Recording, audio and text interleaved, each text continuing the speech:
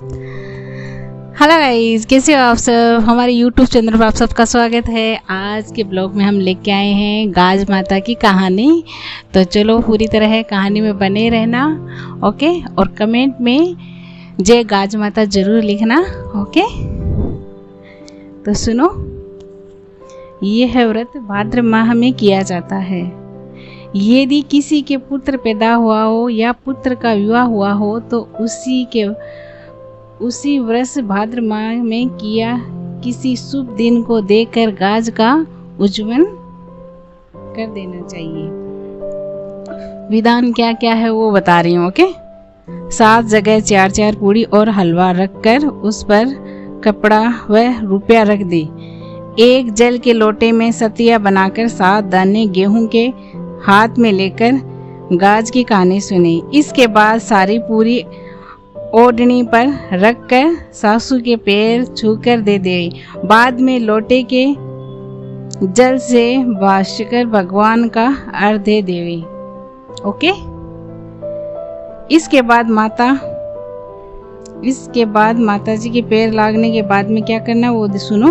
इसके बाद ब्राह्मणियों को भोजन करावे, दक्षिणा देकर स्वयं भोजन करें। कथा सुनो।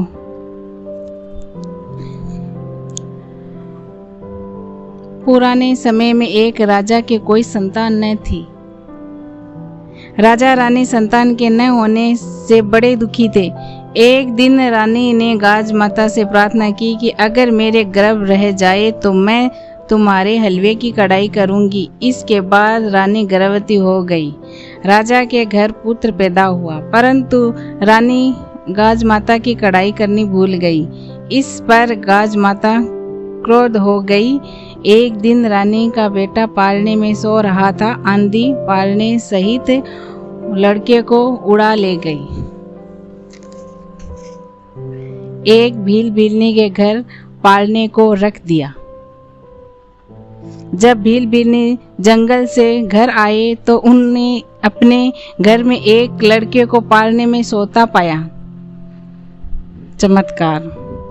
भील बिल्ली के कोई संतान न थी। भगवान का प्रसाद समझकर भील दंपति बहुत प्रसन्न हुए, दोनों मिलकर, कि गाज माता ने हमको पुत्र दिया। एक धोबी राजा और भील दोनों के कपड़े धोते था। धोबी राजा के महल में कपड़े देने गया तो महल में शोर हो रहा था कि गाज माता लड़के को उठाकर ले गई।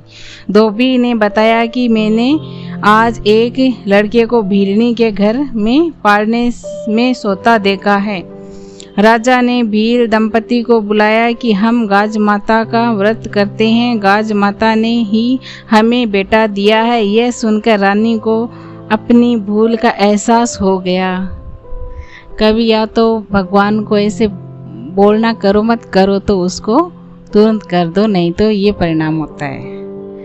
रानी गाज माता से प्रार्थना करने लगी, मेरी भूल के कारण ऐसा ही हो गया, और पश्चाताप करने लगी, हे गाज माता मेरी भूल क्षमा कर दो। मैं आपकी कढ़ाई करूंगी, अवश्य करूंगी।